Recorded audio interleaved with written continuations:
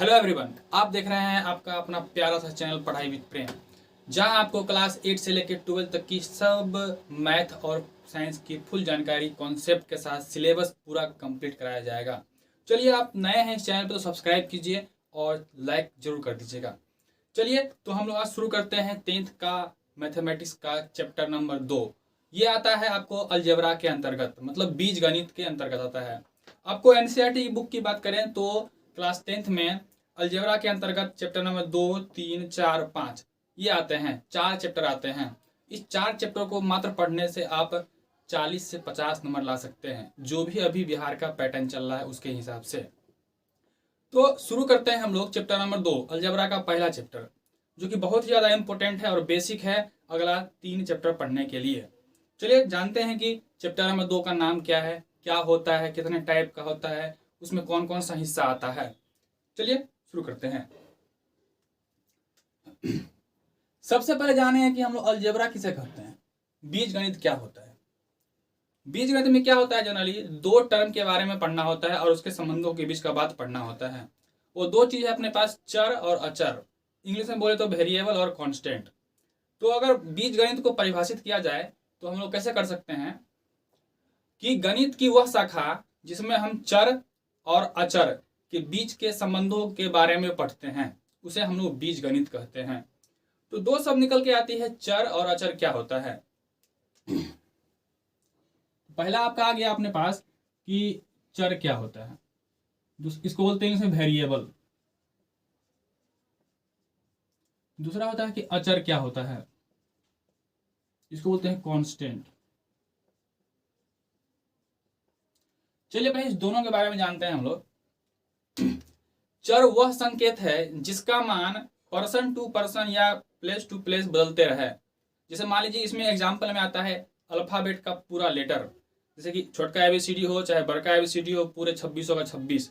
इसके अलावा भी बहुत सारी बातें आती है, जैसे alpha, beta, gamma, theta, lambda, phi, etc वगैरह वगैरह बहुत सारी चीज आते हैं। मतलब ये होता है कि अगर मान लीजिए कि हम एक्स का वैल्यू क्या होता है, अगर मैं बोलूंगा कि मैं मान लिया एक्स का मान 5, तो 5 हो गया एक्स का मान। आप बोलिए कि एक्स का मान लिया 10 हो गया। क्या हुआ कि एक ही चीज का वैल्यू क्या है, अलग अलग हो रहा है। जिसका मान निश्चित नहीं हो उसे हम लोग चर कहते हैं।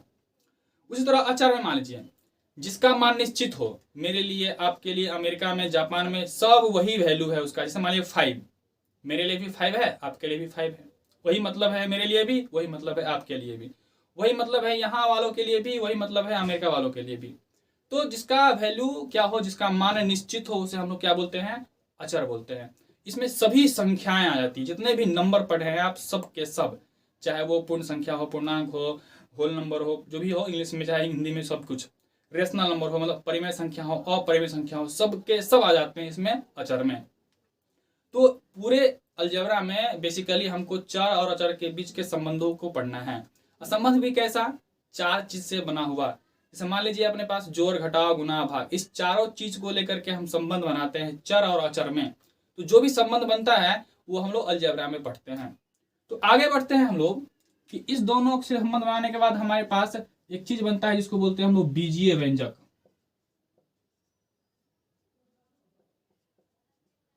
इंग्लिश में बोलते हैं इसको अलजेब्रिक एक्सप्रेशन।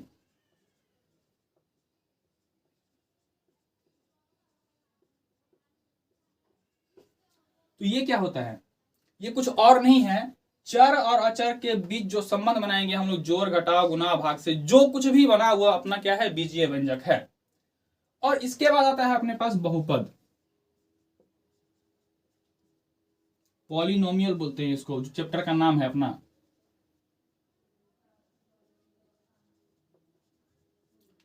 तो बीजीय व्यंजक में से ही एक अलग रूप निकल के आता है जिसको बोलते हैं हम लोग बहुपद। आखिर क्या होता है बहुपद, तो उसको जानने के लिए पहले बीजीय व्यंजक को ठीक ठाक से जानना होगा।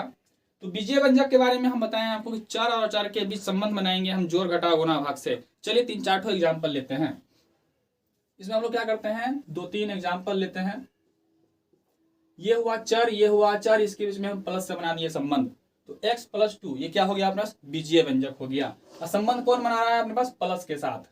उसी तरह मान लीजिए कि अपने पास ये x² हो गया, -5x हो गया, +6 हो गया। तो ये भी अपना क्या है कि बीजीय व्यंजक है। उसी तरह मान लीजिए कि 5/x माइनस में 2x, ये भी क्या है, बीजीय व्यंजक हुआ। उसी तरह मान लीजिए कि x के पावर में हाफ है, -5x है, +2 है। तो और एग्जाम्पल ले लेते हैं हम लोग, रूट में हो गया x, -5x, प्लस में 6। ये सारे के सारे क्या है, बीजीय व्यंजक है। कैसे समझ में आया कि बीजीय व्यंजक है? क्योंकि हर चीज में चर भी है और अचर भी है, साथ में जोड़ घटाव गुणा भाग से संबंध बनाया गया है। तो ये सारे के सारे बीजीय व्यंजक कहला गए हैं आपको। अब इसी में से एक पार्ट निकल के आता है जिसको बोलते हैं हम लोग बहुपद। उसको जानने से पहले हम जानेंगे इसका 3-4 हिस्सा होता है। जैसे पहला जानेंगे हम लोग पद क्या होता है, इसको हम बोलते हैं टर्म। फिर जानेंगे हम लोग घात क्या होता है, इसको बोलते हैं हम लोग पावर। फिर जानेंगे हम लोग गुणांक क्या होता है, इसको बोलते हैं कोएफिशिएंट।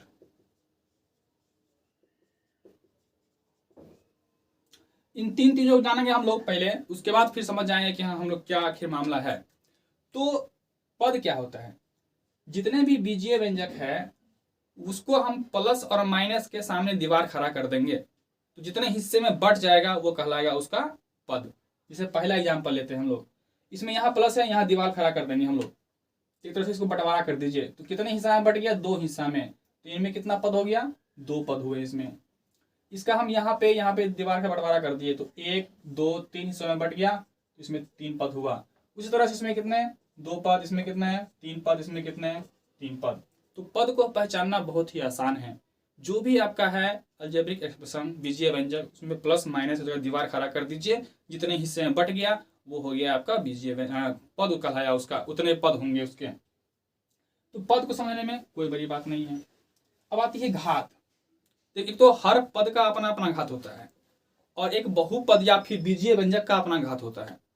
तो अगर हम मान लीजिए कि किसी भी बहुपद या किसी भी बीजीय व्यंजक का घात पूछेंगे क्या होता है, तो उसको जानने के लिए हमको हर एक पद का घात पहले पता करना होगा। जैसे मान लीजिए अपने पास पहला एग्जाम्पल लेते हैं, और घात हम देखते हैं किसका, चर के माथे पे, मतलब चर का पावर देखते हैं हम लोग। इसमें अपने पास चर x है, पावर में कुछ नहीं मतलब 1 होता है, तो इसका हो गया पावर 1। इसमें चर है ही नहीं, तो इसका पावर होता है 0। तो इस दोनों में मैक्सिमम कौन हुआ, उसको बोलते हैं हम इस पूरे बहुपद या इस पूरे बीजीय व्यंजक का घात। जैसे इसका मैक्सिमम 1 हो गया ना, तो इसका घात कहलाएगा अपने पास 1। उसी तरह मान लीजिए अपने पास इसमें का 3 पद है, तीनों का पहले निकालिए। इसमें का 2 है, इसमें का 1 है, इसमें का 0 है, मैक्सिमम कितना हुआ, मैक्सिमम 2। तो मैक्सिमम घात को बोलते हैं उस बहुपद का घात। उसी तरह इसमें पहले जानेंगे अभी कि बहुपद कौन कहलाएगा नहीं कहलाएगा। सो फिलहाल तो ये बहुपद नहीं है, तो इस घात के बारे में पता नहीं करेंगे हम लोग। उसी तरह इसका है अपने पास, तो क्या होगा अपने पास, ये भी बहुपद नहीं है, आगे चल के पता चलेगा अभी हम लोग को। और फिलहाल अगर जानना हो कितना घात है इस पद का, तो कभी भी चर को पहले ऊपर ले जाइए। नीचे में कितना घात है इसका, 1, इसको ऊपर ले जाएंगे तो क्या हो गया, -1। ऐसे कितना है, 1। इसका जानना हो तो ये ऊपर में है ही, इसका घात कितना है अपने पास, 1/2, हाफ। इसका कितना है, 1, इसका कितना है, 0। रूट का मतलब होता है पावर में हाफ। रूट का अपने पास, रूट मतलब अपने पास पावर में हाफ। इसका ये रूप एक ही है अपने पास। तो इसका घात कितना हुआ, 1/2, इसका हुआ 1, इसका हुआ अपने पास 0। तो इस तरह से हम लोग घात पता कर लेंगे। घात समझ में आ गया। और गुणांक, किसी भी चीज का गुणांक कहा जाए तो किसी एक पद में होता है किसी भी चीज का गुणांक। और गुणांक क्या होता है, जैसे मान लीजिए अपने पास कि हम लिख रहे हैं 2x, एक ही पद है, तो हम बोलेंगे x का गुणांक क्या है, तो x के साथ कौन चिपका हुआ है उसको बोलते हैं उसका गुणांक। तो x का गुणांक क्या हो गया अपने पास, 2। और हम उल्टा पूछेंगे तब कि 2 का गुणांक कौन होगा अपने पास, तो 2 के साथ कौन चिपका हुआ है, x, तो 2 गुणांक हो गया x। उसी तरह मान लीजिए कि हम अपने पास 3x² प्लस में 5x माइनस में 8 लिखे, तो हम बोलेंगे इस पूरे बहुपद या बीजीय व्यंजक में x² का गुणांक कौन हुआ। तो पहले पता करना पड़ेगा x² किस पद में है, तो अपने पास इस पद में है। अब x² के साथ कौन चिपका हुआ है, 3, तो 3 हो गया गुणांक किसका, x² का। उसी तरह हम बोलेंगे इसमें कि x का गुणांक कितना है, तो x का गुणांक हो गया कि x के साथ कौन चिपका हुआ है, 5, तो हो गया उसका 5। और साइन के साथ बोलते हैं हम लोग। अगर मान लीजिए यहाँ पे रहता माइनस, तो हमारे पास x का गुणांक हो जाता -5। तो गुणांक पकड़ने में भी कोई बड़ी बात नहीं है। तो अब 3 बात को समझ में आ पा रहे हैं, पद, घात और गुणांक। अब हम लोग क्या करेंगे, बीजीय व्यंजक का 3 हिस्सा समझ में आ गया। अब हम लोग जानेंगे बहुपद का परिभाषा। ऐसा बीजीय व्यंजक जिसके हर एक पद का घात पूर्ण संख्या में हो। पूर्ण संख्या बोले तो 0, 1, 2, 3, 4 कुछ भी आगे, 0 से लेके आगे तक का कुछ भी, अगर ये है तो वो बहुपद कहलाएगा। जैसे मान लीजिए पहला वाला कितना का घात था, 1 था, 0 था, ये पूर्ण संख्या में से आ गया, इसलिए ये बहुपद है। उसी तरह ऐसा घात कितना है, 2, 1 और 0 आ गया पूर्ण संख्या में से, ये भी बहुपद है। इसका देखिए घात -1 आ गया, इसका 1 है, -1 पूर्ण संख्या नहीं होती है, इसलिए ये बहुपद नहीं है। ये देखिए इसका घात कितना है, 1/2, इसमें 1 इसमें 0, ये दोनों तो है मगर ये अपने पास पूर्ण संख्या में से नहीं आता है। एक भी नहीं आया पूर्ण संख्या में से, मतलब वो पूरे का पूरे बहुपद नहीं है। उस तरह से ये भी अपने पास कितना है, पावर इसका 1/2, जो कि पूर्ण संख्या नहीं है, इसलिए ये अपने पास बहुपद नहीं है। तो बहुपद पहचानने का तरीका क्या हुआ अपने पास, हर एक पद का घात पूर्ण संख्या में हो। अब कौन नहीं होगा अपने पास बहुपद, जो अपने पास क्या हो, बट्टे में चला जाए चर, या फिर 4 के माथे पे 1/2 आ जाए, या फिर 4 के माथे पे अपने पास माइनस में पावर हो, ये सब अपने पास बहुपद नहीं कहलाएगा। तो बहुपद पहचानने के लिए ऑब्जेक्टिव में क्वेश्चन भी आती है, ये क्लास 9th का भी टॉपिक है। ओके, तो बहुपद का परिभाषा क्या हो गया, ऐसा बीजीय व्यंजक जिसके हर एक पद का घात क्या हो, पूर्ण संख्या में हो, उसे हम लोग बहुपद कहते हैं। और पहचानना भी समझा दिए आपको। आप लोग क्वेश्चन बनाइएगा इस पे ऑब्जेक्टिव, पूरी मामला क्लियर हो जाएगी। अब हम लोग पढ़ेंगे बहुपद का प्रकार। बहुपद को 2 आधार पर डिवाइड किया जाता है, इन दोनों बात पर, पहला इस पर, दूसरा इस पर। तो पद के आधार पर हमारे पास कई सारे प्रकार होते हैं इसके, पद के आधार पर, दूसरा घात के आधार पर।